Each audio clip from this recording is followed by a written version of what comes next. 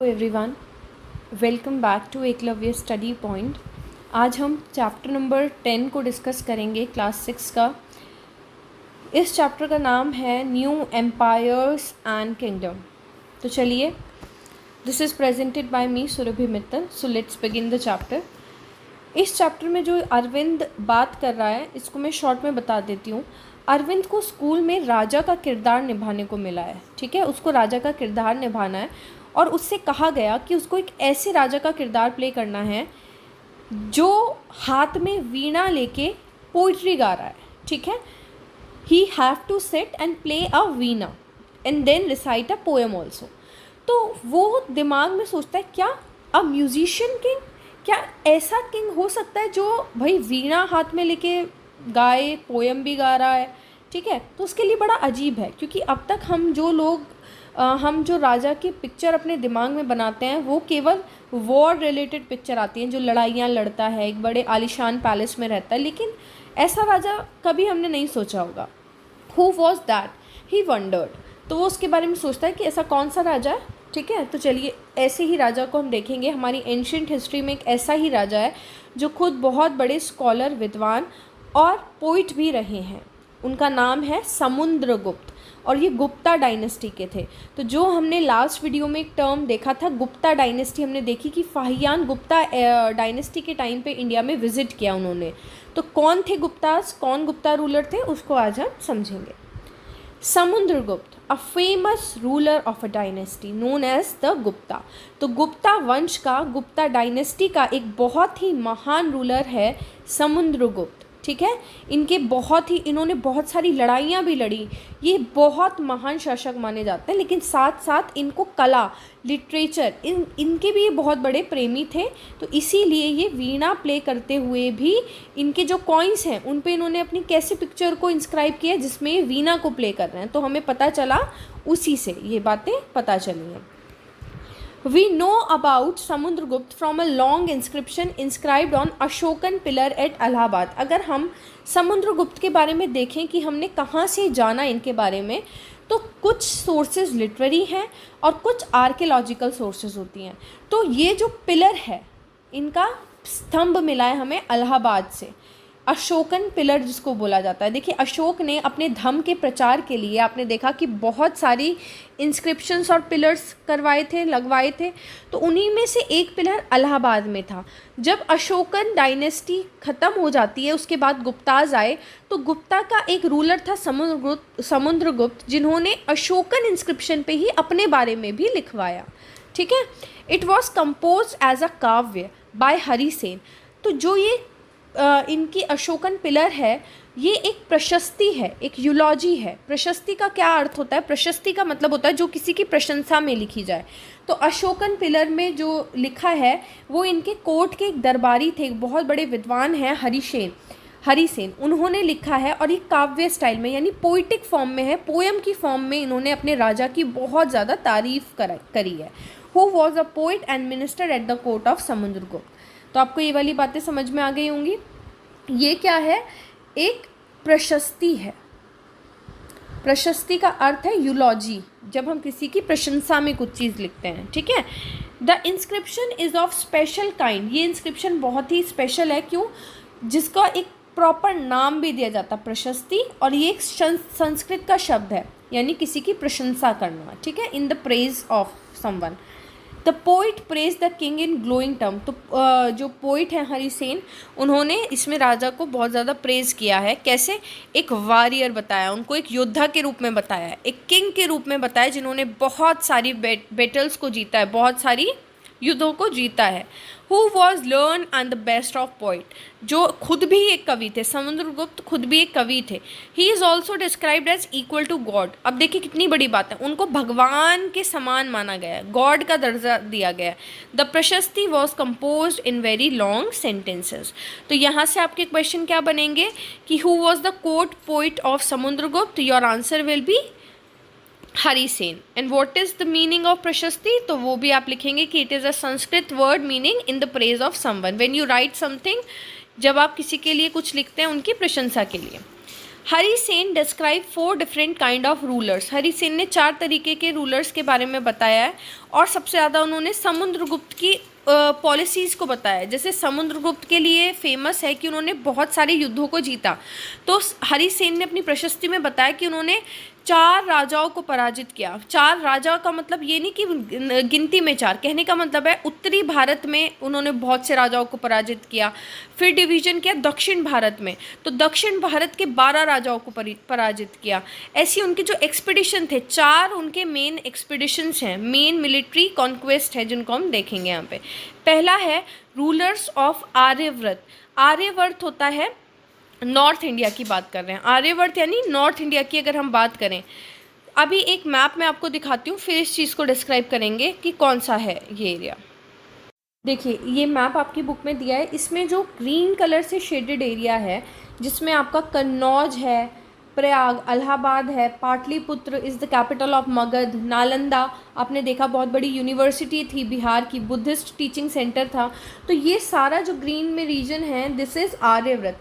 तो समुद्रगुप्त ने यहाँ के बहुत से राजाओं को पराजित किया। जो उनका पहला मिलिट्री एक्सपीडिशन था वो इस एरिया में था। तो ये चीज़ हमने यहाँ पे देखी, कोई वाली लाइन अच्छे से समझ में आएगी। तो आर्यव्रत के उन्होंने कितने राजाओं को हराया? आर्यव्रत में उन्होंने 9 रूलर्स को वहाँ से डिफीट किया, 9 राजाओं को हराया और उनके सारे एम्पायर पे अपना कब्जा करा, समुद्रगुप्त एम्पायर। ठीक है, नेक्स्ट अगर हम देखें तो है द रूलर्स ऑफ दक्षिण पथ। दक्षिण पथ आपको समझ में आ रहा होगा सुनकर ही, दक्षिण पथ का अर्थ है साउथ में। तो उन्होंने साउथ के 12 राजाओं को हराया था। उनकी कैपिटल मैप में मार्क की गई है, अभी मैं आपको दिखा देती हूँ। अब यहाँ अगर हम साउथ रीजन में देखें तो जो लाल कलर से एरिया मार्क्ड हैं ये सिटीज़ कंकर्ड बाय गुप्ता, जिन सिटीज़ को उन्होंने बिल्कुल अपना कब्जा कर लिया था। तो ये यहाँ की आप सिटीज़ देखेंगे, ये 1 2 3 4 5 6 7 8 9, तो 9 cities on the eastern coast of India. इसमें कई पार्ट आंध्र प्रदेश का है, कुछ तमिलनाडु का है, कुछ कर्नाटका का आप देखेंगे। तो ये पूरा का पूरा किसने कंट्रोल किया था? गुप्ता ने। अब यहाँ पे आप देखेंगे अमरावती एक और इम्पॉर्टेंट सेंटर है, ये आज के आंध्र प्रदेश में है। उस टाइम पे अमरावती बुद्धिज़्म सेंटर बहुत ज़्यादा फेमस था, ये बुद्धिस्ट उसके लिए भी। ठीक है, एहोल चालुक्यास थे इस टाइम पे। पल्लवा, देखो पल्लव एक डायनेस्टी थी जो कांचीपुरम में रूल करती थी। कांचीपुरम कहाँ है? तमिलनाडु में।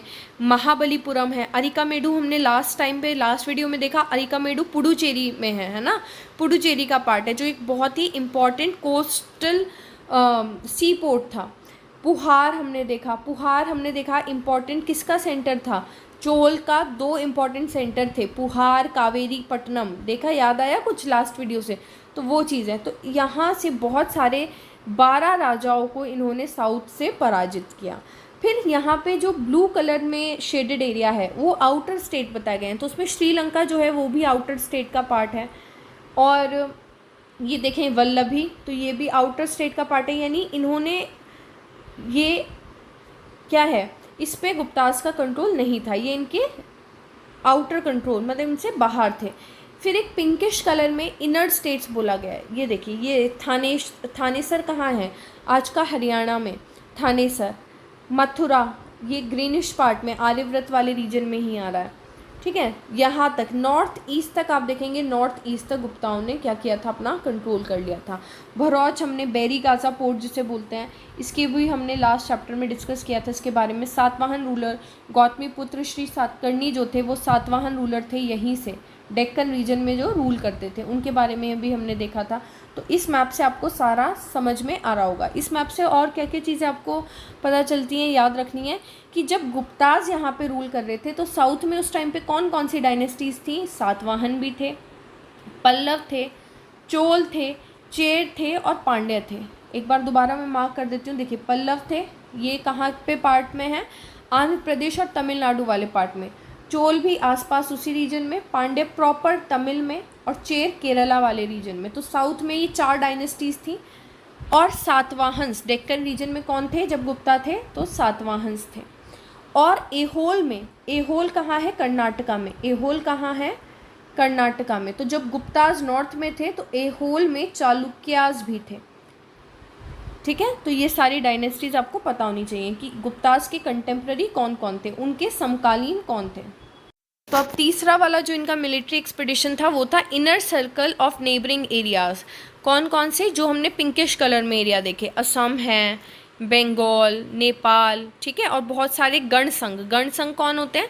रिपब्लिक, जहाँ पे रूल मोनार्क नहीं करता, एक शासक वो नहीं जिसके पास बहुत सी शक्तियाँ हैं और वो शासन कर रहा है।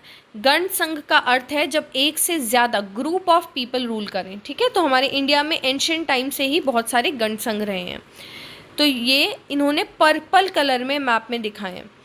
They brought tribute, followed his order and attended his court. तो जो ये सारे लोग थे वो क्या करते थे? राजा को ट्रिब्यूट दिया करते थे, गिफ्ट दिया करते थे और उन्हीं का ऑर्डर मानते थे। यानी गुप्ताओं ने दो चीज़ें करी। कई जगहों को तो उन्होंने डायरेक्ट कंट्रोल में ले लिया और कुछ जगह क्या किया कि वहाँ के राजाओं को हराकर उन्हें ही शासन करने दिया, लेकिन कहा कि आप हमारे अंडर में रहकर हमारी सुजरेनिटी को एक्सेप्ट करके आप क्या करेंगे? रूल करेंगे, ठीक है। तो इसीलिए उन जगहों पे भी किनका रूल फॉलो होता था? गुप्ताज का ही। The rulers of the outlying area, जो बाहर के क्षेत्र हैं जैसे श्रीलंका या नॉर्थ वेस्ट वाला आपने देखा, वो क्या थे? Descendants of Kushan and Shakas and the ruler of Sri Lanka who submitted to him and offered daughters in marriage. तो ये लोग क्या थे? देखिए, अगर मैं एक टाइमलाइन आपको समझाऊं तो कुछ इस तरीके से है। आपने मौर्यंस को देखा, जब मौर्यंस का डिक्लाइन हो गया तो नॉर्थ वेस्ट से बहुत सारे लोगों ने इंडिया पे आक्रमण किया। उनमें से सबसे पहले आक्रमण करने वाले थे इंडो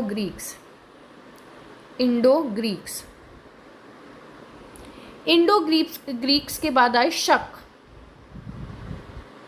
के बाद आए थे पार्थियन और पार्थियन के बाद आए कुशान। तो जब एक राज्य खत्म हुआ तो ये मतलब नहीं है कि वो पूरी तरीके से उसका नामो निशान मिट गया, वो कम एरिया में अब उसका इन्फ्लुएंस उतना नहीं रहा। तो जो कुशान्स थे, जब कुशान्स का डिक्लाइन हुआ तो जो उनके डिसेंडेंट्स, जो उनके आगे के सक्सेसर थे, उनका बहुत ही एरिया कम हो गया, लेकिन वो रूल करते थे अपने अपने छोटे छोटे एरियाज से, ठीक है। तो वो भी उस टाइम पे कंटेम्प्रेरी थे और उन्होंने गुप्ता की ही सुवरेनिटी को एक्सेप्ट किया और क्या किया? अपनी डॉटर से गुप्ता राजाओं का विवाह करवाया। मैट्रीमोनियल अलायंसेस बोलते हैं इसको। क्या बोलते हैं? मैट्रीमोनियल अलायंसेस, ताकि भाई अगर कोई अपनी बेटी की शादी उधर कर देगा तो फिर आपस में अटैक वो नहीं करेंगे, ठीक है। चलिए, ये वाला मैप अभी जो दिखाया वही है। देखते हैं विक्रम संवत के बारे में।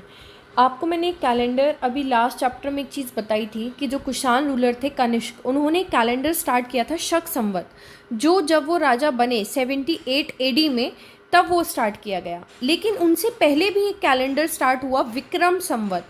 देखिए, विक्रम संवत स्टार्ट तो किया था, एक उज्जैन के राजा थे जिन्होंने शकों को हरा दिया, तो वहाँ पे उन राजा ने फिर क्या विक्रम संवत स्टार्ट किया उस खुशी में कि उन्होंने उसको हराया है।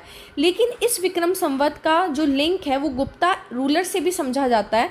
गुप्ता रूलर थे एक चंद्रगुप्त द्वितीय, चंद्रगुप्त सेकंड, ठीक है। उनसे भी इनका लिंक माना जाता है कि हो सकता है कि भाई जैसे चंद्रगुप्त सेकंड ने शख्स को हराया तो उन्होंने स्टार्ट किया, लेकिन ये बात सही नहीं है क्योंकि ये स्टार्ट किया गया था 58 BCE में, यानी बिफोर कॉमन एरा, और गुप्ता डायनेस्टी हमारी एनो डोमिनी टाइम पे यानी 312 AD के आसपास आई थी, ठीक है। तो इसीलिए उज्जैन के एक राजा थे जिन्होंने इसको स्टार्ट किया और इसका लिंक किससे माना जाता है? इसका लिंक माना जाता है आपकी NCERT के अकॉर्डिंग चंद्रगुप्त द्वितीय से भी। अब एक चीज़ बहुत इंपॉर्टेंट है, चंद्रगुप्त द्वितीय ने भी एक टाइटल लिया था विक्रमादित्य का टाइटल। तो ये किसका टाइटल था? ये था चंद्रगुप्त सेकंड का टाइटल, ठीक है। अब जीनियोलॉजीज़ क्या होती हैं? यानी जब कोई एक डायनेस्टी होती है तो उसमें क्रमानुसार शासन होता है। पहले भाई कोई है, फिर उसका बेटा, तो ये कैसे क्रम पता चला? तो जो हरिसेन की प्रशस्ति है उससे हमें पता चलता है कि सबसे जो इम्पोर्टेंट रूलर थे, गुप्ता का जो रियल फाउंडर माना जाता है गुप्ता डायनेस्टी का, वो था चंद्रगुप्त। अब आपने एक चंद्रगुप्त मौर्य पढ़े, लेकिन ये वो मौर्य नहीं है, ये गुप्ता है। तो चंद्रगुप्त एक पहले रूलर थे जिन्होंने महाराज अधिराज का टाइटल लिया था। किसका? महाराज अधिराज का टाइटल लिया। इनसे पहले भी बहुत सारे गुप्ता रूलर हुए हैं, लेकिन जो रियल एम्परर फाउंड किया है वो इन्होंने किया है, ठीक है। इससे पहले के जो राजा थे उन्होंने केवल महाराज का टाइटल लिया था, महाराज, लेकिन महाराज अधिराज यानी सभी राजाओं का भी राजा, वो क्या था, महाराज अधिराज, ठीक है, जो थे चंद्रगुप्त। फिर इनकी वाइफ थी कुमार देवी, चंद्रगुप्त की वाइफ थी कुमार देवी, जो लिच्छवी गण से संबंधित थी। लिच्छवी गण क्या था, आपने महाजनपदा पढ़ा था, वज्जी, वज्जी की कैपिटल है वैशाली, उसी में ये रिपब्लिक है, ये गण संघ है जिसका नाम क्या है, लिच्छवी गण। रिपब्लिक यानी जहाँ पे शासन एक राजा ना करके ग्रुप ऑफ पीपल करते हैं। अब समुद्रगुप्त किनके बेटे थे, चंद्रगुप्त के ही, समुद्रगुप्त इन्हीं के बेटे हुए। फिर समुद्रगुप्त की जो वाइफ थी दत्ता देवी, समुद्रगुप्त की वाइफ थी दत्ता देवी, और इनका पुत्र कौन हुआ, चंद्रगुप्त द्वितीय। तो अगर एक बार दोबारा से मैं आप थोड़ा कंफ्यूज ना हो, दोबारा से आपको बता देती हूँ। सबसे पहले इंपॉर्टेंट शासक जो हैं वो हैं चंद्रगुप्त फर्स्ट, ठीक है, या चंद्रगुप्त भी बोलते हैं उनको। उनकी वाइफ थी कुमार देवी, इनका टाइटल था महाराज अधिराज। फिर इनके बेटे आए समुद्रगुप्त, उनकी वाइफ थी दत्ता देवी, और इन दोनों का जो सन था वो था चंद्रगुप्त सेकंड। तो आपने तीनों रूलर्स को अच्छे से देखा। कहा जाता है कि चंद्रगुप्त सेकंड ने, उनकी इंस्क्रिप्शन और कॉइन से ये बात पता चलती है कि उन्होंने वेस्टर्न इंडिया में एक मिलिट्री एक्सपेडिशन किया था, यानी पश्चिमी भारत, गुजरात, मालवा वाला जो क्षेत्र है वहाँ पे, और वहाँ पे उन्होंने किसको हराया था, शक्स को हराया था। अब हम गुप्ताओं के बाद एक बहुत इम्पॉर्टेंट डायनेस्टी है वर्धन डायनेस्टी, और वर्धन डायनेस्टी के रूलर हैं हर्षवर्धन, उनके बारे में देखेंगे। हर्षवर्धन के बारे में हमें लिटरेरी सोर्स से पता चलता है। उनकी कोर्ट में एक बहुत बड़े विद्वान थे बाणभट्ट, उन्होंने हर्ष के बारे में एक बायोग्राफी लिखी जिसको बोला जाता है हर्षचरित, और ये कौन सी लैंग्वेज में, संस्कृत। तो 3 क्वेश्चंस बन गए। Who was the court scholar of Harshvardhan, your answer will B Banabhatta, ठीक है। नेम हिज कंपोजिशन, तो उनकी क्या कृति थी, क्या कंपोजिशन थी, हर्षचरित। कौन सी लैंग्वेज में थी, संस्कृत में, ठीक है। This gives us the genealogy of Harsha, तो इन्होंने हर्ष के कौन पूर्वज रहे, क्या था, किस तरीके के सक्सेसर थे, वो इसमें बताया गया है। अब इसमें ह्वेन सांग, हमने लास्ट क्लास में ह्वेन सांग के बारे में देखा, तो ह्वेन सांग जो था वो हर्षवर्धन के टाइम पे आता है, और जो फाहियान है वो गुप्ता टाइम पे आता है। गुप्ता में जब चंद्रगुप्त सेकंड रूल कर रहे थे तब फाहियान आता है, ठीक है। तो ये क्वेश्चन भी आपके पेपर में पूछ सकते हैं कि फाहियान कब आया, तो आप बोलेंगे गुप्ता टाइम में, और ह्वेन सांग कब आया, तो हर्षवर्धन के टाइम पे। चलिए, इन चाइनीज़ ट्रैवलर के अकाउंट से भी हमें इन राजाओं के बारे में जानने में बहुत मदद मिलती है, क्योंकि ये चाइनीज़ ट्रैवलर भी अपने अकाउंट में लिखते हैं कि इन्होंने कैसा शासन देखा, कैसे लोग थे, है ना, कैसे इनका जस्टिस का सिस्टम था, कैसे टैक्स लगाए इन्होंने। तो हमें ट्रैवलर अकाउंट से और उनके कोर्ट स्कॉलर की जो भी प्रशस्ति हैं या जो भी उनके लिटरेरी सोर्स हैं, बायोग्राफीज़ हैं, उनसे पता चलता है। अब Harsha was not the eldest son of his father, जो हर्ष थे वो अपने फादर के सबसे बड़े बेटे नहीं थे, उनका एक भाई भी था, ठीक है, जो पहले राजा बना। ये बहुत बड़ी स्टोरी है। देखिए, अब आपके जो सिलेबस के अकॉर्डिंग है, मैं केवल वो चीज़ बताऊंगी क्योंकि एनसीईआरटी में जितना आपको वही पढ़ना है ना। जब आप नेक्स्ट क्लास में आ जाएंगे तो धीरे धीरे आपका कंटेंट आपका ब्रॉडन होगा माइंड, और आपको वो चीज़ें समझ में आने लगेंगी। तो हर्ष जो थे राजा बने थानेसर के। थानेसर जो है बेटा आज का हरियाणा में आता है, ठीक है। और फिर इन्होंने अपनी कैपिटल बाद में कन्नौज बना दी। बाद में अपनी कैपिटल को इन्होंने कहाँ शिफ्ट किया, कन्नौज में, लेकिन पहले इनकी कैपिटल जो पहले राजा थे थानेसर के थे, ठीक है। चलिए, his brother in law was the ruler of Kannauj. इनके जो ब्रदर इन लॉ थे, यानी कि इनकी एक बहन थी और एक भाई था, ठीक है। सबसे छोटे कौन थे, हर्षवर्धन। देखिए, हर्षवर्धन सबसे छोटे भाई थे। सबसे पहले जो इनके बड़े भाई थे वो थे राज्यवर्धन, सबसे पहले थे राज्यवर्धन। फिर दूसरे नंबर पे इनकी बहन थी राज्यश्री, और तीसरे नंबर पे थे हर्ष, ठीक है। जो राज्यश्री के हस्बैंड थे वो कहाँ के शासक थे, वो शासक थे कन्नौज के। कन्नौज में उस टाइम पे मौखरी एक डायनेस्टी थी, मौखरी, वो रूल किया करती थी। उस डायनेस्टी का नाम था मौखरी। तो वहाँ के जो राजा थे वो उसकी बहन राज्यश्री के हस्बैंड थे, जिनकी कैपिटल कन्नौज थी। धीरे धीरे क्या होता है, कुछ ऐसी स्टोरी होती है कि राज्यश्री को बचाने के वजह से उनको कन्नौज मिल जाता है, ठीक है। ऐसा कैसे हुआ, अब ये भी एक बड़ी स्टोरी है। आपकी बुक में छोटी छोटी चीज़ बताई रहती है लेकिन पूरी स्टोरी नहीं दी रहती। यहाँ पे लिखा है he was killed by the ruler of Bengal. क्या होता है, कि जो राज्यश्री के हस्बैंड होते हैं उनको कौन मार देता है, बंगाल का राजा, उस टाइम पे बंगाल का राजा होता है शशांक, वो राज्यश्री के हस्बैंड को मार देता है, ठीक है, और राज्यश्री को कैद कर लेता है। अब उनका भाई जो होता है, जो उस टाइम पे राजा होता है राज्यवर्धन, वो उसे बचाने जाता है लेकिन वो भी मर जाता है। तो हर्षवर्धन उस टाइम पे माइनर होता है, माइनर मतलब 18 साल से कम, लेकिन फिर भी वो जाके अपनी बहन को बचाते हैं और क्या करते हैं, कन्नौज पे अपना अधिकार कर लेते हैं और उस कन्नौज को किससे छुड़ा लेते हैं, जो बंगाल का राजा था शशांक। तो ये एक तरीके की स्टोरी थी। तो इस तरीके से उनकी कैपिटल थानेसर से क्या बनी, कन्नौज बनी। Although he was successful in the east and conquered Magadha and probably Bengal also. बोला गया है कि हर्षवर्धन ने कहाँ कहाँ जीत हासिल करी, उन्होंने ईस्ट में मगध को भी जीता, बंगाल को भी जीता, ठीक है, लेकिन बाकी ज़्यादा जगह वो नहीं जीत पाया। जैसे एक बहुत ही इंपॉर्टेंट उनके लिए जो सबसे इम्पॉर्टेंट बात है वो ये है, इसको तो आपको अच्छे से याद ही कर लेना है, कि हर्ष ने सोचा था कि वो नर्मदा नदी को पार करके जो वहाँ पे चालुक्यास थे, चालुक्य डायनेस्टी आपको मैंने दिखाई थी, उनको वो सोच रहा था कि वो पराजित करेगा। लेकिन वहाँ का रूलर जो था उस टाइम पे वो था पुलकेशिन नृत्य, पुलकेशिन सेकेंड, जिन्होंने हर्ष को हरा दिया। तो ऐसा कहा गया है, जो पुलकेशिन सेकंड का जो दरबारी कवि है उसने पुलकेशिन सेकंड की तारीफ़ करते हुए लिखा है कि हर्ष नर्मदा पार आए लेकिन वो वहाँ अपना हर्ष खो बैठे, अपनी खुशी को खो बैठे, क्योंकि पुलकेशिन नृत्य ने उनको हरा दिया था, ठीक है। चलिए, पल्लवास, चालुक्य एंड पुलकेशिन्स प्रशस्ति। अब हमने अभी देखा कि गुप्ताज के कंटेम्प्ररी पल्लव भी थे, चोल, चेर, पांड्या, तो वो हर्षवर्धन के टाइम पे भी थे सभी। The Pallava and the Chalukyas were the most important ruling dynasty in south India. तो जब हर्ष थे उस टाइम पे साउथ की दो बहुत बहुत इम्पॉर्टेंट डायनेस्टी कौन थी, पल्लव और चालुक्याज थे, ठीक है। The kingdom of Pallavas spread from the region around their capital Kanchipuram. Pallava की कैपिटल क्या हुआ करती थी, कांचीपुरम, जो तमिलनाडु में थी, कावेरी डेल्टा वाले रीजन में। जबकि चालुक्यास की जो कैपिटल थी वो कहाँ पे थी, रायचूर दोआब में वो थे। उनका पहले एरिया बता देते हैं, रायचूर दोआब, जो कि दो रिवर्स कृष्णा और तुंगभद्रा रिवर के बीच में जो दोआब है, ये कृष्णा रिवर है, ये तुंगभद्रा रिवर है, तो उसका बीच का जो क्षेत्र है उसको रायचूर दोआब बोलते हैं। और वहाँ पे चालुक्यास क्या करते थे, उस टाइम पे रूल किया करते थे चालुक्यास, ठीक है। इन वाले अगर हम बात करें कि इन चालुक्यास की क्या कैपिटल थी, तो आपको ध्यान रखना है कि इन चालुक्यास की कैपिटल थी उस टाइम पे कल्याणी, जो कर्नाटका में है, ठीक है, कल्याणी इनकी कैपिटल हुआ करती थी। The Aihole, the capital of Chalukya was an important trading centre. देखिए, उनकी मेन जो कैपिटल थी वो कल्याणी थी, लेकिन उनकी अर्लियर कैपिटल यहाँ पे एहोल है, ठीक है। एहोल के बाद उन्होंने अपनी कैपिटल को शिफ्ट कर दिया था Kalyani.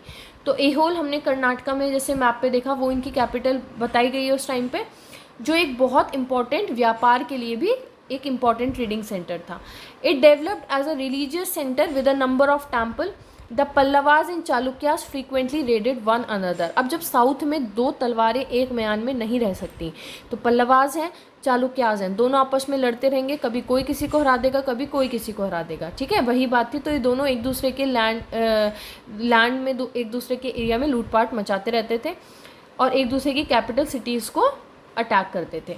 The best known Chalukyan ruler was Pulakeshin second. Chalukyan ruler में सबसे इंपॉर्टेंट रूलर कौन है यहाँ का, पुलकेशिन नृत्य है। उनकी एक प्रशस्ति है जो उनके कोर्ट में जो कवि हैं रवि कीर्ति, उन्होंने करी है। तो अब तक हमने 3 कोर्ट स्कॉलर देखे, हर्षवर्धन के थे बाणभट्ट, और समुद्रगुप्त के थे हरिसेन, और पुलकेशिन नृत्य के थे रवि कीर्ति। तो रवि कीर्ति ने अपने राजा की बहुत बड़ाई करी है ना, तो उन्होंने बताया this tells us about his ancestor, उनके पूर्वज के बारे में भी हमें इन्फॉर्मेशन मिलती है। और साथ में यहाँ पे इनकी हर्ष के साथ जो बैटल है नर्मदा नदी के किनारे, वो सबसे इम्पॉर्टेंट है, वो रवि कीर्ति ने इसमें यहाँ पे इनका बखान किया है। Administration of kingdom. अब राजा अपने किंगडम को कैसे एडमिनिस्टर करता था। Some important administrative post were now hereditary. बहुत सारी पोस्ट हेरिडिटरी थी, यानी अगर मान लो किसी पोस्ट पे आज कोई है तो कल उसका बेटा उस पोस्ट पे रहेगा, फिर उसका बेटा, तो वो हेरिडिटरी हो गई थी। The poet Harisena was a mahadandanayaka और chief judicial officer like his father. तो इन्होंने एक एग्जाम्पल दिया है कि हरिसेन जो समुद्रगुप्त के कोर्ट पोइट थे, वो महादंड नायक थे, यानी चीफ जस्टिस हुआ करते थे, जैसे उनके फादर थे। तो देखिए जब फादर चीफ जस्टिस थे तो हरि सेन भी हो गई, यानी उनकी पोस्ट मेनली कैसी थी, हेरिडिटरी थी। Sometimes one person held many office, और कई बार ऐसा होता था कि एक ही व्यक्ति बहुत सारे ऑफिस में है। जैसे कोई महादंड नायक भी है तो हरि सेन दो और भी रोल थे उनके, क्या, कुमार अमात्य भी थे, यानी मिनिस्टर भी थे, वो बहुत इंपॉर्टेंट मिनिस्टर। संधि विग्रही का मतलब जो फॉरेन डिप्लोमेटिक मिनिस्टर होता है, अगर कोई मान लो युद्ध छिड़ने वाला है कुछ है तो राजा को सलाह कौन देगा, वही देंगे, हरि सेन, ठीक है। तो संधि विग्रही का मतलब जो फॉरेन अफेयर मिनिस्टर है, संधि विग्रही का यानी फॉरेन अफेयर मिनिस्टर। जैसे आज होते हैं ना हमारी फॉरेन एम्बेसी में, अभी रशिया यूक्रेन का वॉर हुआ तो हमारी जो फॉरेन मिनिस्ट्री थी, जो हमारे एम्बेसडर्स थे, उन्होंने उसको डील किया, देखा कि भाई कैसा रिलेशन रहेगा, इंडिया के फॉरेन रिलेशन कैसे होंगे, ठीक है, एम्बेसीज में जो होते हैं। तो संधि विग्रही का यानी फॉरेन अफेयर मिनिस्टर। तो ये चीज़ आपको समझ में आ गई होंगी। चलिए नेक्स्ट अब हम देखते हैं, besides important man probably had a say in local administration, these included the nagarashreshthi और चीफ बैंकर और मर्चेंट ऑफ द सिटी। कुछ और भी इम्पॉर्टेंट लोग एडमिनिस्ट्रेशन में होते थे, जैसे नगर श्रेष्ठी जो लोकल बैंकर होता था, जिसके पास भाई सारा खजाना रहता था, खजांची, मर्चेंट ऑफ द सिटी, ठीक है। द सातवाहा और द लीडर ऑफ मर्चेंट कारवान्स, जो मर्चेंट्स जहाँ से अपना सामान लेके जाते थे ना, जिन बसेस में या बड़ी बड़ी गाड़ी, उसको कैरावंस बोलते हैं, ठीक है। तो उनका लीडर द प्रथम कुलिका और द चीफ क्राफ्ट्समैन। तो इसमें अलग अलग लोग बताए हैं जो लोकल एडमिनिस्ट्रेशन में, जो लोकल लोग हैं एडमिनिस्ट्रेशन का पार्ट हो सकते थे। तो उसमें एक तो लीडर ऑफ मर्चेंट कैरावन है, ठीक है। एक इन्होंने बताया प्रथम कुलिका, या जो चीफ क्राफ्टमैन है, जो भाई कुशल व्यक्ति है, कोई उसका स्पेशल क्राफ्ट है। And the head of Kayastha और स्क्राइब्स, जो लोग सील पे लिखते हैं ना, सील पे या लिखने का काम करते हैं, उनको स्क्राइब्स बोलते हैं, कायस्थ। तो वो भी क्या था, एडमिनिस्ट्रेशन में भाग लिया करते थे। तो यहाँ पे क्वेश्चन बनेगा कि एडमिनिस्ट्रेशन में क्या लोकल लोग भाग लेते थे, तो यस। तो नगर श्रेष्ठी, मर्चेंट कैरावंस की लीडर, ठीक है, या चीफ क्राफ्टमैन जिसको हम प्रथम कुलिका भी बोलते हैं, या कायस्थ या स्क्राइब, वो भी पार्ट थे। अब हम देखते हैं आर्मी के बारे में। पहले जो रूलर्स थे उन्होंने अच्छी आर्मी ऑर्गेनाइज करी। पाटलिपुत्र जो कैपिटल थी मगध की, मगध में एलिफेंट्स भी थे, उनको भी आर्मी में इस्तेमाल किया गया। रथ हुआ करते थे, घोड़े थे, पैदल सिपाही थे, है ना, फुट सोल्जर, कैवलरी यानी कि घुड़सवार वाली फौज, ठीक है। Besides there were military leaders who provided the king with troops. साथ साथ कुछ मिलिट्री लीडर्स भी होते थे जो राजा को उस टाइम पे ट्रूप्स, सैनिक प्रोवाइड करते थे। जब भी ज़रूरत हो, मान लो कोई वॉर छिड़ गई, हमें सैनिक चाहिए, तो कौन प्रोवाइड करेगा, मिलिट्री लीडर सैनिक लेके आएगा। They were not paid regular salary, तो उनको रेगुलर सैलरी नहीं दी जाती थी, जब भी कभी ऐसी उनको अचानक ज़रूरत पड़ती थी तभी उनको पे किया जाता था। साथ में क्या किया जाता, इसके अलावा एक काम किया जाता था, लैंड ग्रांट। लैंड ग्रांट का क्या मतलब है, उनको जब, अब अगर हम कैश में सैलरी देंगे तो भाई बहुत सारा जो राजकोष से धन है वो जाएगा। तो उस टाइम पे राजा क्या करते थे, उन्होंने एक प्रथा चलाई, एक नया सिस्टम आया लैंड ग्रांट का। ये बहुत इंपॉर्टेंट है। लैंड ग्रांट का मतलब क्या होता है कि मान लो कोई मिलिट्री ऑफिशियल है, उससे कह दिया कि तुम हमें ऐसे ट्रूप्स प्रोवाइड करना जब भी कभी वार आए, और तुम एक काम करो, ये सारा का सारा लैंड तुम्हारा है, इससे जितना रेवेन्यू आए वो तुम्हें रखना है, ठीक है। तो इस तरीके का लैंड ग्रांट, पूरा का पूरा लैंड उन्हीं को दे देना। तो ये सिस्टम चला। They were not paid regular salary. Instead, some of them received grant of land. They collected revenue from the land and used this to maintain soldiers and horses and provide equipment for warfare. These men were known as सामंत। तो इस तरीके के लोग जो land लेके सेना provide कब करेंगे, जब उनको सेना को प्रोवाइड करने के बदले में क्या मिलेगा, लैंड, उनको बोलते थे सामंत। ये फ्यूडल सोसाइटी की शुरुआत है, सामंती व्यवस्था की शुरुआत यहीं से होती है।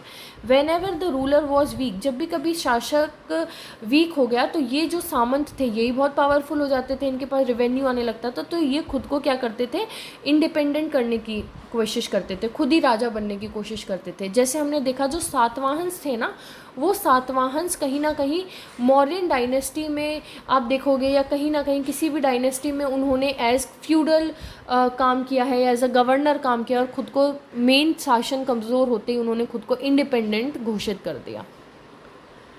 असेंबलीज इन सदर्न किंगडम, हम अब कुछ असेंबलीज देखेंगे सदर्न किंगडम की। The inscription of Pallavas mention a number of local assembly. हमने चालुक्य पल्लव देखे तो उसी में पल्लव रूलर्स ने बहुत सारी असेंबलीज कराई, उनकी इंस्क्रिप्शन में ऐसा मेंशन है। दीज इंक्लूडेड द सभा which was an assembly of ब्राह्मण लैंड ओनर। तो इस असेंबली में कौन पार्ट लेता था? जो ब्राह्मण लोग थे, ठीक है, और ब्राह्मण लोग उस टाइम पे लैंड ऑनर्स भी थे। दीज असेंबली फंक्शन थ्रू सब कमिटीज़ विच लुक्ड आफ्टर इरीगेशन। और ये कमेटी क्या क्या देख रेख करती थी? इरीगेशन का काम, एग्रीकल्चर का काम, ठीक है, रोड्स बनाना, लोकल टेम्पल, जो भी मेन लोकल सब्जेक्ट्स हैं उनको कौन देखा करता था? ये कमेटी, ये सभा देखा करती थी।